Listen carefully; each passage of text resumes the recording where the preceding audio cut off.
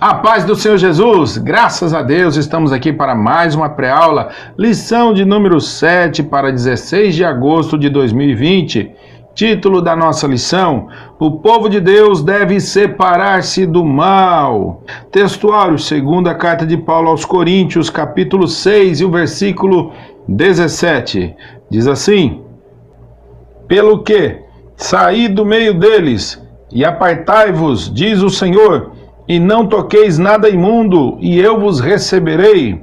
Verdade prática: o mundanismo na igreja corrompe os bons costumes e extingue a santidade. A leitura bíblica em classe se encontra no livro de Esdras, capítulo 2, versículos 59 até o 62. Depois o capítulo 4, versículos 2 e 3. Capítulo 6, do versículo 2 ao 4.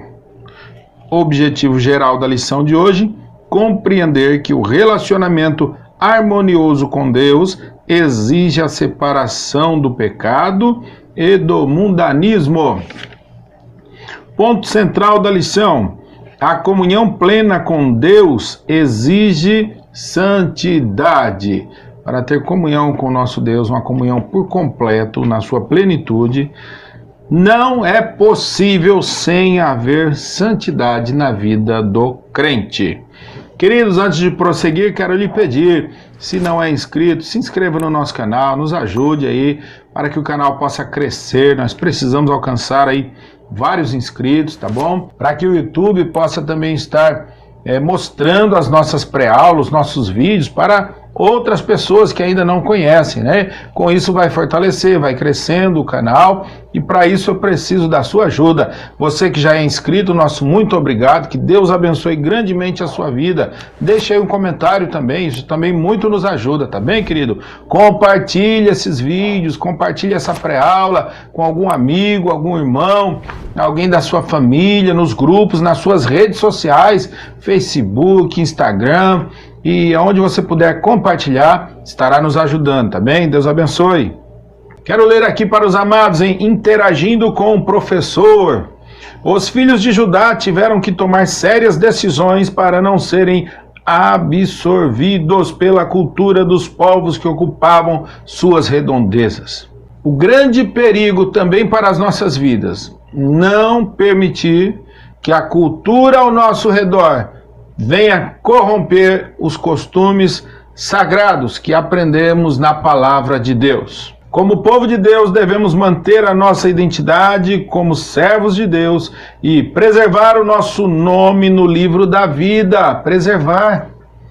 Foi uma conquista. Jesus Cristo pagou o preço altíssimo, muito caro, o preço da própria vida dele. Ele entregou, morreu por mim e por ti. Então, ninguém mais poderia pagar esse preço por nós. E uma vez que o nosso nome foi escrito no livro da vida, devemos preservar que ele permaneça escrito neste livro até o grandioso dia e até a eternidade. Ainda diz assim: afastando-nos de qualquer mundanismo que possa comprometer a nossa comunhão com o Salvador. Fazendo assim, não seremos envergonhados no grande dia do Cordeiro de Deus. Aqui na introdução nós grifamos aqui algum texto que achamos interessante compartilhar com os irmãos. Veja bem, os judeus agora se preparavam para uma nova vida que eles iriam iniciar em Jerusalém. E isso no período pós o exílio babilônico, tá bom? Pós aquele cativeiro de 70 anos. Veja bem, ali no cativeiro, eles viveram espalhados pelo vasto território daquele reino. E com essa situação de viverem espalhados em todo o vasto território do reino babilônico, o que acontece? Conheceram diversas culturas. E agora eles iriam viver uma vida comunitária conforme os ritos da lei. Agora, resumiria o seu espaço físico e geográfico para viverem em uma comunidade judaica de volta ao seu território. A igreja do Senhor, ela é mais ou menos isso aí. Quando nós, cada família, estávamos espalhados por este mundo, nos contaminamos com várias culturas. Fomos influenciados com várias culturas. Aí o Senhor nos chamou para a luz, nos trouxe, nos congregou em uma vida comunitária. A igreja do Senhor é uma comunidade seleta e o povo é seleto. O povo precisa se apartar de toda espécie de males. Olha o título da lição novamente. O povo de Deus deve separar-se do mal. O primeiro tópico da lição de hoje, somente os judeus retornariam a Judá. Veja bem o texto. Para uma pessoa ser considerada apta para fazer parte do grupo que iria transferir-se para Jerusalém, exigia-se que desse prova de sua linhagem, que provasse ser realmente de Israel. Precisava provar a sua origem. Não bastava ser um filho mestiço de judeu com outros povos, não. Precisava ser legítimo, puro, da linhagem judaica. No versículo 60 da leitura bíblica em classe, ali nos diz que na primeira triagem foram excluídas 652 pessoas. 652 não foram aprovados, não puderam entrar. Isso na primeira triagem, tá? Até mesmo alguns filhos de sacerdotes, cujos nomes não foram achados nos registros das genealogias. Foram rejeitados, até mesmo os filhos de alguns sacerdotes. Foram considerados imundos. Você vai entender por quê daqui a pouco. Os judeus mestiços, nascidos de casamentos mistos durante o cativeiro em Babilônia, não fariam parte do grupo de judeus que retornariam a Judá. Somente aqueles que comprovassem a sua ascendência puramente judaica fariam parte daquele grupo.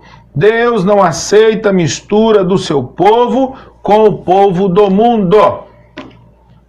É aquela história de o jovem está dentro da igreja e arruma casamento lá fora. Arruma casamento com uma pessoa que não faz parte do nosso contexto, não faz parte da nossa vida comunitária. Certo? A gente já viu muitos casos acontecerem assim. Ou o rapaz ou a moça de dentro da igreja, vindo se encantando com alguém lá de fora, e às vezes essa pessoa lá de fora vem até com uma capa de santidade, certo? Vem até com uma capa de cordeiro, fingindo ser aí alguém com as melhores intenções. Mas quantos casos a gente viu se repetindo em que aquela situação finda tendo o pior resultado? A pessoa lá de fora tira de dentro da igreja o moço, a moça, que cresceram aprendendo a palavra de Deus, que cresceram dentro dos ensinamentos, dentro da sã doutrina, findam se misturando com pessoas lá de fora. E como já falamos, este ou esta que vem lá de fora, se engraçando de algum jovem que está dentro da igreja, às vezes é filho ou neto de alguém que faz parte de uma seita herética. Vai causar o quê? Confusão dentro do casamento. Se esse casal de jovens contrair matrimônio, haverá um tempo de muita luta, porque as ideias não vão combinar, não faz parte do nosso contexto, não faz parte da nossa comunidade. Essa mistura não tem a mão de Deus. E muitas pessoas se confundem. Porque Deus falou, Deus isso, Deus aquilo. Não. Deus não vai contra uma palavra que ele já estabeleceu no seu livro sagrado, que é a palavra de Deus, a Bíblia. Como Paulo diz aos Coríntios, a luz não tem comunhão com as trevas. Que consenso há entre Cristo e Belial? Veja bem, a história de Israel registrava uma amarga experiência neste sentido. Aqui o escritor se refere à saída dos israelitas que saíram, no caso, da terra do Egito. O Êxodo, quando, enfim, Moisés, o libertador, depois daquelas 10 pragas que vieram sobre o Egito, agora sim Moisés liderava o povo peregrinando até a terra prometida, até Canaã. Mas este povo, após 400 e poucos anos, ali dentro do Egito, como escravos, findaram se misturando, se dando em casamento, amém? Findaram se envolvendo com os egípcios e já haviam agora muita mistura. Aqui diz que era um grande povo de mistura, não israelita, tá certo? Queriam acompanhar os judeus legítimos, estava ali na multidão, toda aquela multidão. Haviam israelitas legítimos e havia esse povo de uma grande mistura. O que é que aconteceu com esse povo?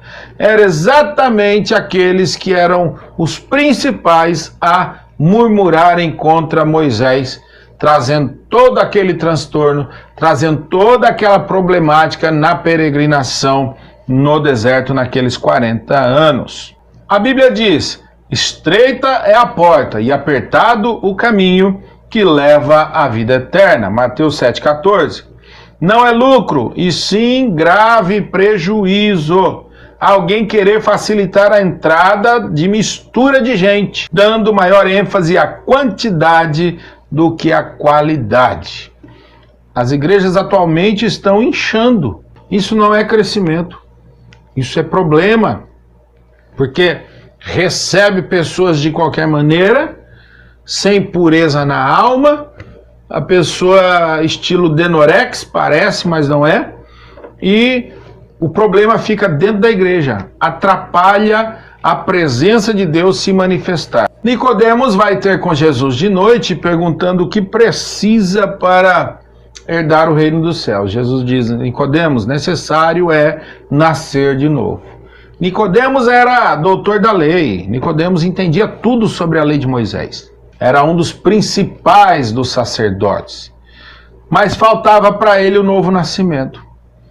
Então, a pessoa vem do mundo, com suas culturas, com seus costumes, e a gente vai dizer: não, vai ficando aí, fica aí, não precisa mudar nada, tá tudo bem, tá tudo certo, porque a gente quer quantidade e não qualidade. Deus não concorda com isso, nós vemos muito claro aqui nessa lição, e nós estamos apenas começando. Vamos para o tópico número 2. Os judeus não aceitaram a ajuda dos samaritanos. Nós falamos sobre isso em alguma das lições anteriores aí. Quem eram os samaritanos? Os samaritanos eram uma mistura de gente, na sua maioria de origem pagã. Este povo apareceu entre 722 a 720 a.C., quando o reino de Israel foi derrotado pelo exército de Sargão II e as 10 tribos do norte levadas cativas para a Assíria. Quero que os amados prestem atenção nisso aqui. As 10 tribos do norte chamava-se Israel, esse conjunto de 10 tribos chamava-se Israel. E a capital era Samaria, a capital do reino de Israel era Samaria. O reino do sul era composto de apenas 2 tribos, Judá e Benjamim, e a sua capital era Jerusalém. Este rei Sargão II venceu agora o reino de Israel e leva este povo, leva essas 10 tribos para a Assíria. Por ordem do rei da Assíria, foram trazidos povos de Babel, de Cuta, Ava, Amate, Sefarvaim, e habitaram cidades de Samaria em lugar dos sacerdotes, e tomaram Samaria em herança e habitaram em suas cidades. Segundo o livro dos Reis, capítulo 17, versículo 24. Para que o reino de Israel não ficasse à mercê de outros povos invadirem, por ordem do rei da Assíria, foram trazidos povos dessas cidadezinhas que nós já citamos os nomes. Mas que povos eram esses? O pior da sociedade.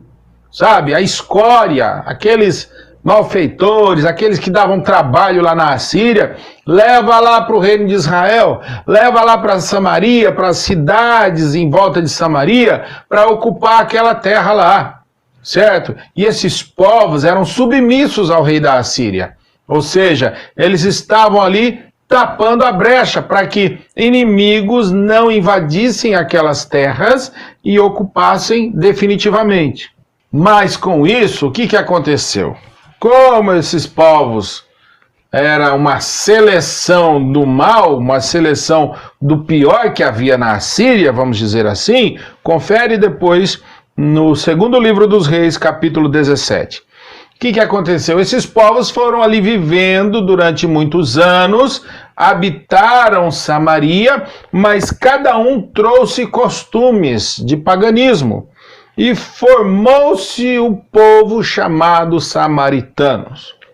Então, samaritano não era simplesmente porque nasceu em Samaria. Não. Samaritano é a junção destes povos que vieram e agora eram descendentes daqueles que vieram de Babel, Cuta, Ava, Amate, Sefarvaim. Então, estes povos, a junção dessa cultura de mistura, estes eram os samaritanos. Estes aqui, então, vão causar problema com os israelitas. Que lá em João capítulo 4, a mulher samaritana lembra desse conflito, naquele diálogo com o Senhor Jesus, ali no poço de Jacó. Como, sendo tu judeu, pedes de beber a mim, que sou mulher samaritana? Entre parênteses, porque os judeus não se comunicam com os samaritanos. Então, por que é que não se comunicavam? Porque os judeus, aquela linhagem pura, rejeitaram os misturados lá do tempo do exílio da Babilônia. Mantiveram-se os da linhagem pura. E agora, no Reino do Norte, havia essa mistura de povos que nasceu daquela situação que o rei mandou para lá. Vai, manda para lá. É tipo assim, não serve para nossa cidade, manda para Samaria. E lá em Samaria eram submissos ao rei da Assíria. Posteriormente, o rei da Assíria enviou-lhes um sacerdote dos israelitas para ensinar ao povo da terra o temor a Deus. Aí o rei da Assíria, para tapar o sol com a peneira, ordena que vá um sacerdote dos judeus, suba até o Reino do Norte, até Samaria, e vá ensinar aquele povo samaritano a temer ao Deus dos judeus. Assim os samaritanos temiam ao Senhor, mas também serviam aos seus deuses, aquela mistura. Não sabe o que quer, uma hora é uma coisa, outra hora é outra, né? Aceitaram o ensino do sacerdote israelita, mas não deixaram a idolatria. Já viu aquela história do rapaz que se casa, ou a moça que se casa, começa a ter problema no matrimônio porque quer continuar vivendo a vida de solteiro? Já viu? Não dá certo, né? Pois é, em se tratando da nossa vida com Deus, quando a gente vem para o Senhor Jesus, aceita Ele como Salvador, precisamos entender que agora temos uma vida diferente daquela que vivíamos até outro dia. Para quem acabou de se converter, mudar a direção, tomar essa decisão maravilhosa, a maior decisão e a melhor que o ser humano pode tomar é aceitar a Jesus como Salvador da vida. Os amados concordam com isso, certamente. Agora, nós precisamos entender que não dá para estar na igreja tendo uma vida mundana que vivíamos no passado. Ou é uma coisa ou é outra. Não tem como agradar a dois senhores. Não tem como servir a dois senhores. Amém, queridos? Na sequência, os samaritanos ofereceram cooperação aos judeus. Nós vimos recentemente que na construção dos muros, ali no tempo de Neemias, no comando de Neemias, os samaritanos vieram também querer oferecer ajuda, mas não foi aceito. E agora aqui na construção do templo, também da mesma forma. Vamos lá? Quando os judeus começaram a construção do templo, os samaritanos ofereceram-se para cooperar. Esdras capítulo 4. E o que aconteceu? Os judeus rejeitaram com firmeza. Não, não queremos não.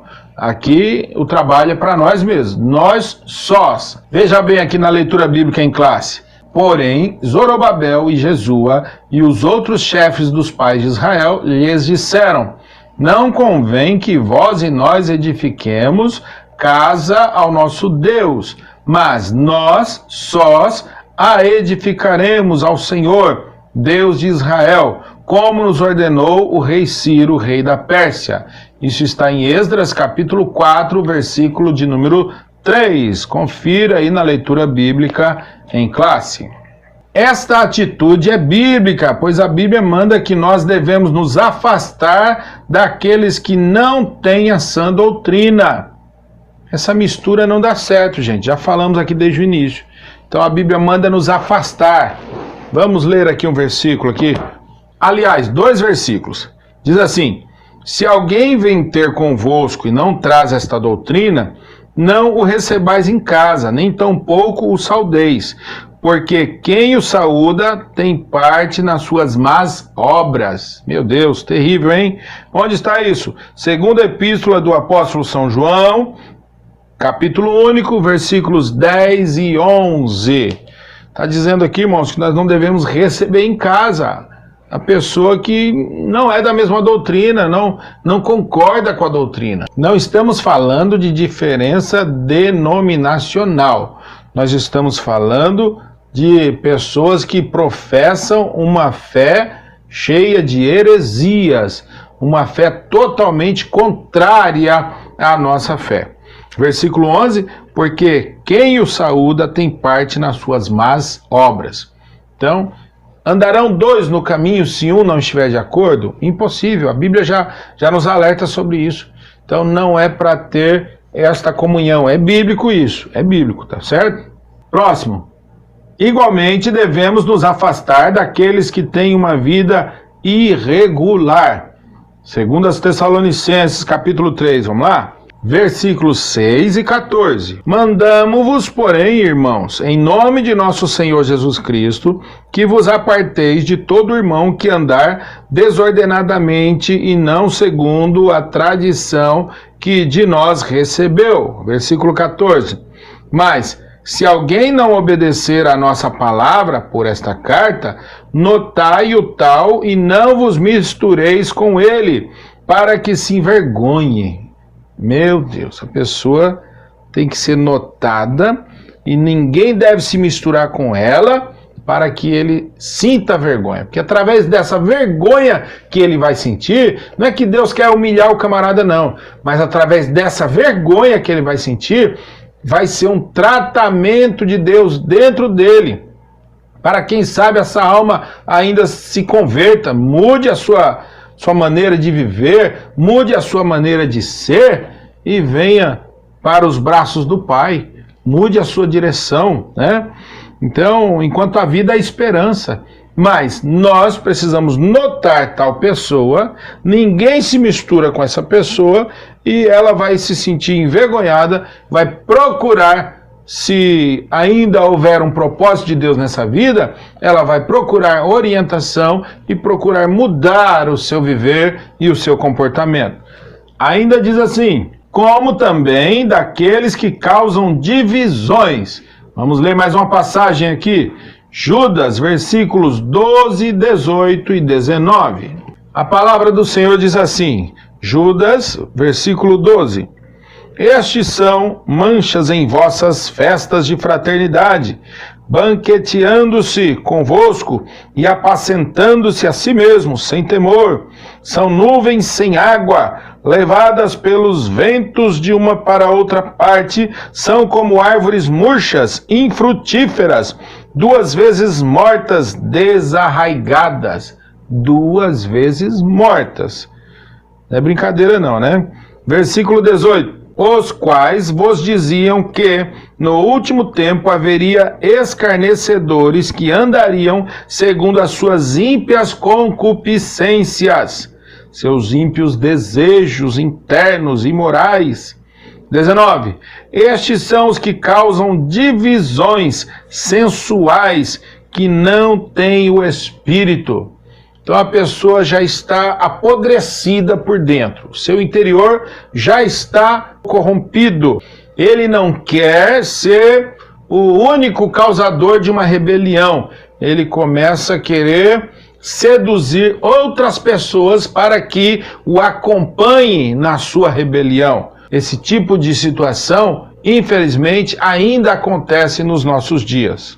Muito bem, agora os samaritanos se oferecem para trabalhar e os judeus dizem, não, deixe isso com a gente. Essa obra, quem tem que construir somos nós, é uma tarefa para nós, conforme bem ordenou o rei Ciro. Eles apelam para o decreto do rei.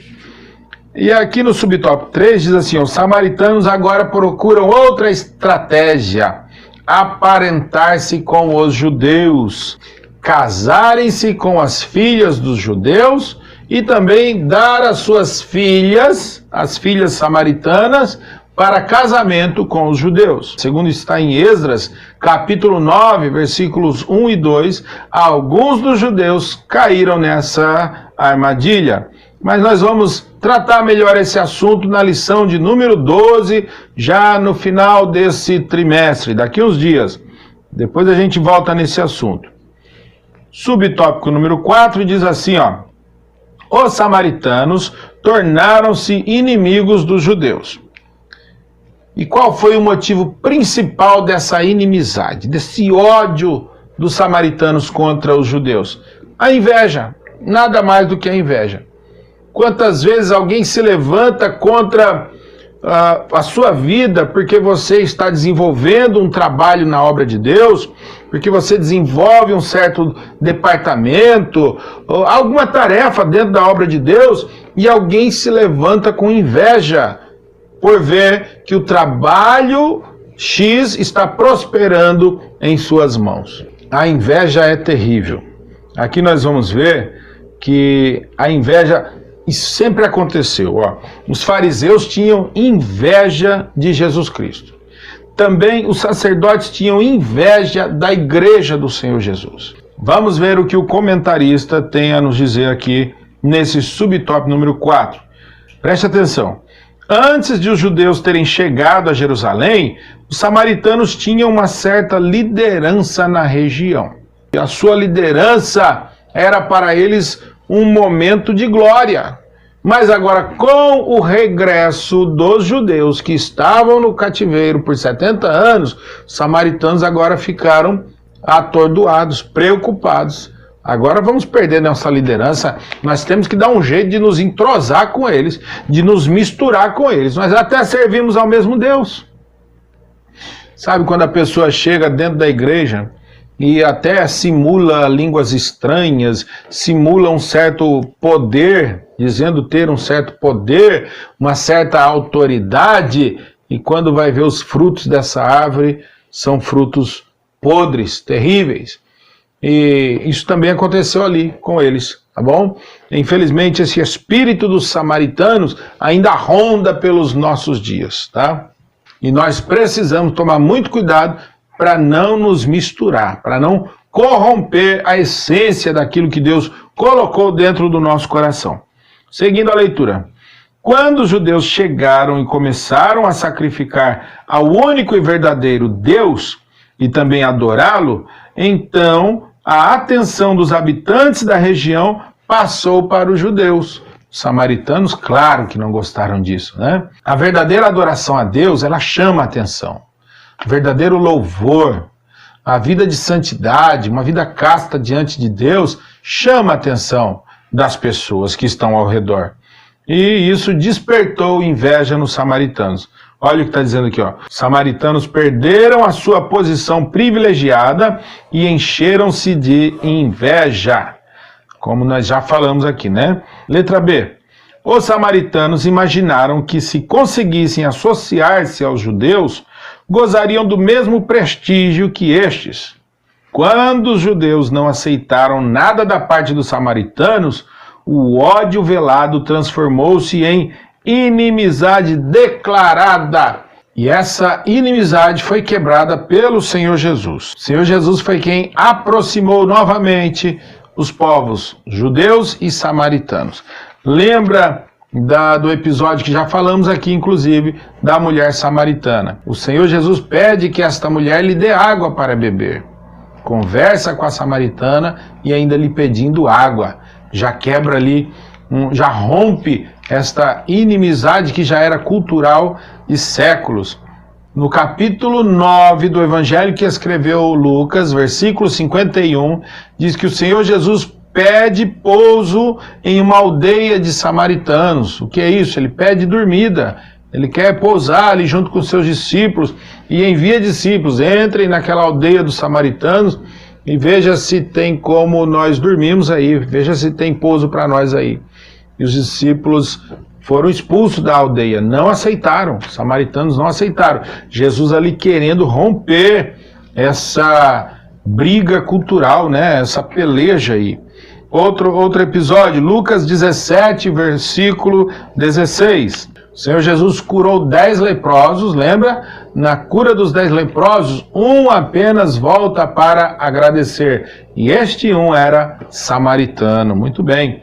Então o Senhor Jesus veio para unir os povos. Este é o ministério do Senhor Jesus. Unir os povos, acabar com as rivalidades. Amém, queridos? Se lembra dessa passagem aqui, ó, no Evangelho de João, capítulo 6... Capítulo 6, eu vou ler o título aqui, ó. Jesus é abandonado por muitos discípulos. Jesus pregando e algumas pessoas ali não gostaram da palavra, né? Acharam que ele estava pregando duro, ao versículo 60. Muitos, pois, dos seus discípulos, ouvindo isso, disseram: duro é esse discurso, quem pode ouvir? Começaram então a sair. E Jesus continuou com seu discurso, pregando. Versículo 66 diz: desde então, muitos dos seus discípulos tornaram para trás e já não andavam com ele. Olha o 67, olha a preocupação do Senhor Jesus com a quantidade. Está aí no versículo 67. Jesus vira para os 12 e diz: quereis vós retirar-vos também? Que se quiser ir com eles, podem ir. Podem ir. Está entendendo? Então Jesus nunca se preocupou com quantidade, mas sim qualidade. E tem muita gente hoje, muitos crentes manhosos, que não suporta a palavra pregada como ela é. Gostam que fique enfeitando a palavra. Não, tira isso aí, vai machucar alguém. Não fala isso não, vai perder os inscritos, não vai ter inscrito no canal. Né? Não fala isso não, o povo vai embora, vai mudar de igreja e tal. Pelo amor de Deus. Nós estamos preocupados com a qualidade do povo de Deus e não com a quantidade. Eu vi o pastor Eliseu Rodrigues, eu gosto muito de ouvir as pregações dele, de assistir. Ele diz assim: eu não estou preocupado em ganhar aqui na terra e perder lá no céu. Eu prefiro perder aqui na terra e ganhar lá na vida eterna. Terceiro tópico: Deus exige santidade do seu povo. De fato, para nos aproximarmos dele, tem que ser através da santidade. Em toda a história do povo de Deus, observa-se que ele, para manifestar-se no meio de seu povo, exige plena santidade. Deus espera que seu povo esteja sempre em comunhão com ele, vivendo separado do mal. O exemplo foi usado na lição anterior, os 450 profetas de Baal, e apenas um profeta do Deus de Israel, o profeta Elias. Deixa os profetas de Baal oferecerem sacrifício primeiro e não houve resposta nenhuma. Elias ainda, olha, gritem mais alto, Baal deve estar dormindo, né? Fica ali com humor, senso de humor também o profeta Elias, né? E antes de Elias orar para o Deus de Israel, primeiro ele vai fazer o quê? Consertar o altar que estava desarrumado. Isto simbolizando o quê? A nossa vida em santificação. Primeiro, retornando do cativeiro, Israel separou-se do mal. Glória a Deus. Por isso a bênção de Deus os acompanhou. Rejeitou aquela oferta dos samaritanos. Pode estar cheio de colorido. A ideia de alguém, a intenção de alguém pode até ser bonita. Mas cuidado, pode ser uma armadilha. E eles conseguiram concluir a construção do templo e reconheceram que Deus fizera esta obra. Lição anterior, Neemias capítulo 6, o versículo 16. 2. Quando Josué se preparou para passar o Jordão, ele disse ao povo: santificai-vos, porque amanhã fará o Senhor maravilhas no meio de vós. Josué capítulo 3, versículo 5. Tinha um grande desafio no dia seguinte. E agora, para este dia, Josué diz a todo o povo: Santifiquem as vossas vidas. Para conseguir vitória amanhã, precisamos santificar as nossas vidas hoje. Tem muita gente querendo resultado na sua família. Tem muita gente querendo a cura de alguém da família, alguém muito chegado, muito próximo, pedindo a cura, pedindo o milagre, mas estão se esquecendo de santificar a vida. Estão se esquecendo de se apartar daquilo que é mal, daquilo que é mundanismo. O crente se misturando com o mundanismo, querendo receber milagres de um Deus santo, que é o nosso Deus. Impossível! Precisamos nos apartar do mal, viver uma vida de purificação e santidade para Deus. Aí sim, aí pode encarar o desafio. Deus ainda dá uma chance para a gente santificar hoje e ir para a batalha amanhã. Se santificar hoje e amanhã pedir ao Senhor: Senhor, tem misericórdia, estou entregando aqui o jejum, a consagração, peço que o Senhor venha agir nessa área, assim, assim, assim. Mas tem muita gente querendo viver embolado com os costumes e a cultura mundana e depois, Senhor, faz aí, meu Deus, me atende. Por favor, né? Como já falamos, impossível ser atendido de qualquer maneira. 3. O anjo do Senhor visita o acampamento israelita. Olha aí. Antes de iniciar a conquista de Canaã, Josué recebeu a visita de um anjo. Josué então lhe perguntou: que diz meu senhor ao seu servo?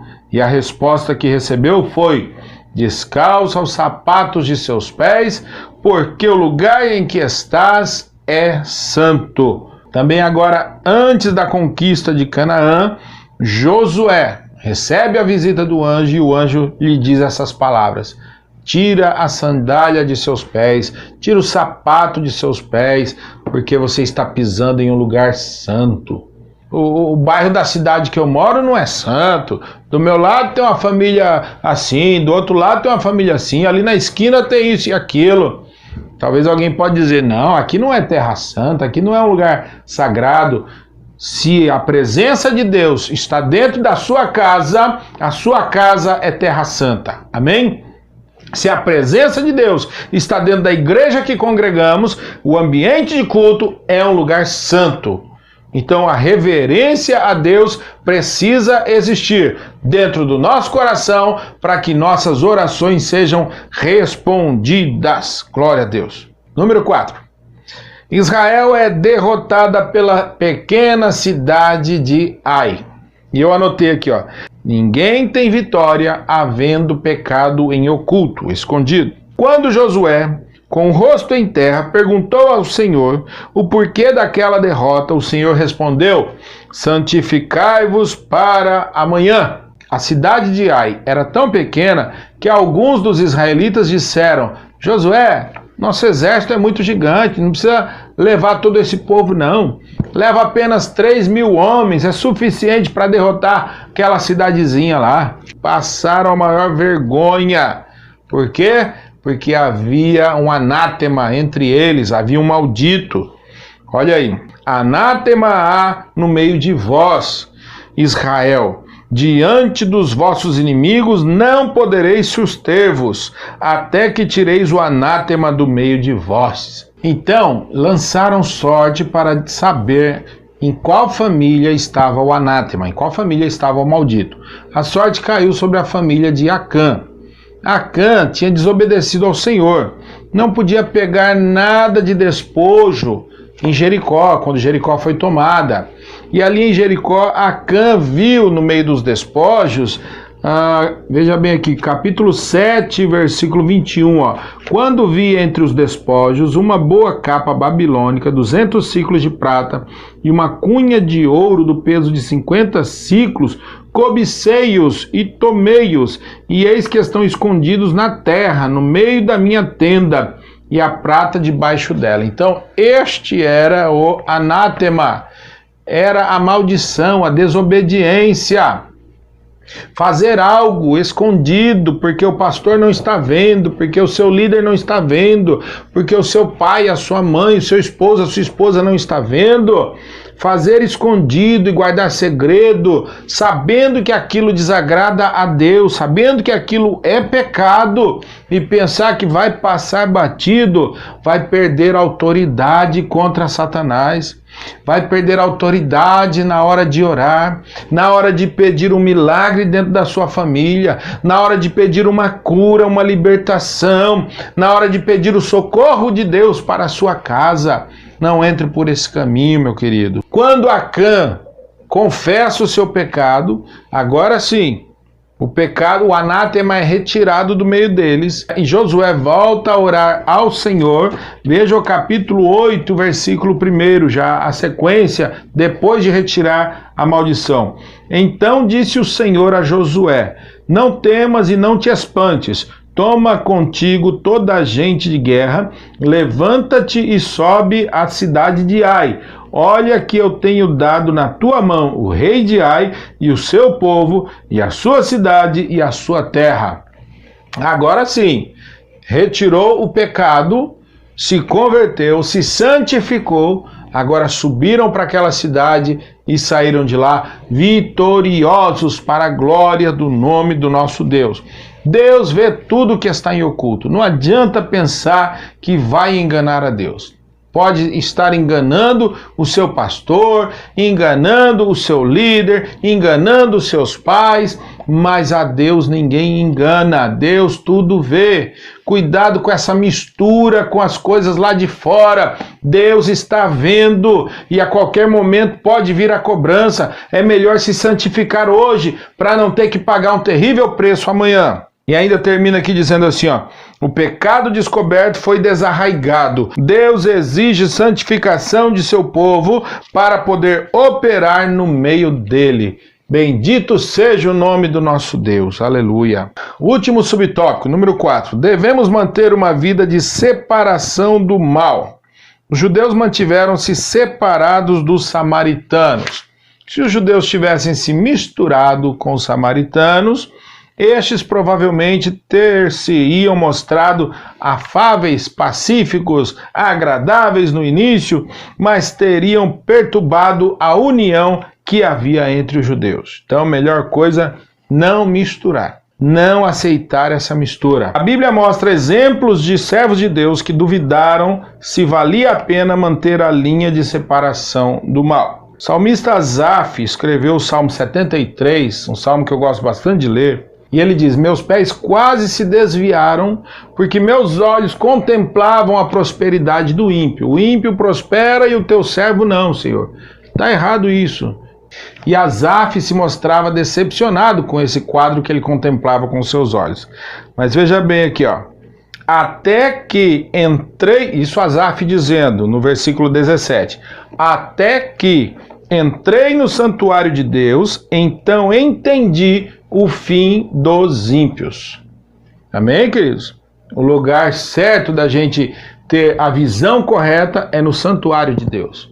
Não é lá fora nas rodinhas de conversa. Não é numa tela assistindo qualquer conteúdo que não sabe nem a origem e a fonte, se é confiável ou não. Mas ele diz aqui que entrou no santuário de Deus e então entendeu o fim dos ímpios. Aí diz: o salmista ficou tranquilo, dizendo: todavia estou de contínuo contigo. Tu me seguraste pela minha mão direita, guiar-me-ás com teu conselho e depois me receberás em glória.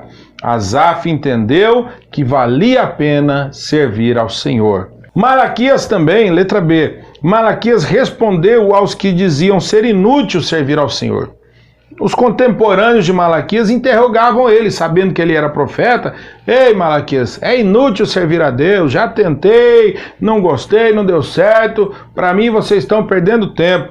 Malaquias responde para eles: há um memorial escrito diante dele para os que temem ao Senhor e para os que se lembram do seu nome, e eles serão meus, diz o Senhor dos Exércitos. Naquele dia que farei, serão para mim particular tesouro. Que coisa linda! Poupá-los-ei como um homem poupa seu filho que o serve. Malaquias 3, versículos 16 e 17. vale a pena servir ao Senhor. Terceiro, devemos viver conforme a vontade do Senhor. Qual seria então a vontade de Deus para conosco? Paulo responde: esta é a vontade de Deus, a vossa santificação. Santificai, porque amanhã Deus fará maravilhas entre nós, aleluia! Então, a vontade de Deus é a nossa santificação. 1 Tessalonicenses, capítulo 4, versículo 3. E ainda Paulo diz aos Coríntios: apartai-vos, diz o Senhor, e não toqueis nada imundo. Se aparta do mundo. Ah, mas é meu amigo, é minha amiga, tal. Meus irmãos, tem um céu nos esperando. Nós precisamos estar sim entre as pessoas deste mundo, para que a luz que há em nós possa brilhar no meio das trevas e que possamos conquistar essas pessoas para sair das trevas e vir para a luz. Agora, não podemos concordar com o que eles fazem. Concordar com o pecado, não. Saber que Deus ama o pecador, mas Deus não ama o pecado. Porque tal coisa não aconteceu na minha vida ainda? Talvez seja porque nós ainda não agradamos ao Senhor conforme Ele espera, na intensidade que o Senhor precisa ser agradado. Quarto e último subtópico: bênçãos acompanham os que vivem conforme a vontade de Deus. Deus garante aos que assim vivem, primeiro, plena vitória contra os ataques do diabo. Essa é a primeira grande bênção. Mas para isso tem que haver santidade, santificação. Para isso tem que tirar o anátema do nosso meio, tem que tirar o pecado de dentro da nossa casa, tem que tirar a impureza de dentro do nosso lar. Tá certo? Segunda grande bênção: o Espírito Santo tem plena liberdade para atuar em suas vidas. Santificação: o Espírito Santo vai trabalhar nas nossas vidas com intensidade, na plenitude. Amém? Terceira grande bênção: eles tornam-se preparados para serem usados por Deus em sua obra. Santificai-vos hoje, porque amanhã Deus fará maravilhas entre vós e através de vós. Então, Deus pode usar aquele que está vivendo uma vida de santidade. 2 Timóteo, capítulo 2, versículos 19 ao 21. Por último, a última bênção aqui: estão preparados para o arrebatamento. Glória a Deus, aleluia. Vale a pena viver na vontade de Deus, meus irmãos. Chegamos ao final de mais uma pré-aula e desejamos aí que todos tenham um domingo maravilhoso, tenham uma semana abençoada e até a próxima aula, se assim o Senhor nos permitir. Deus abençoe a todos, em nome de Jesus. Amém.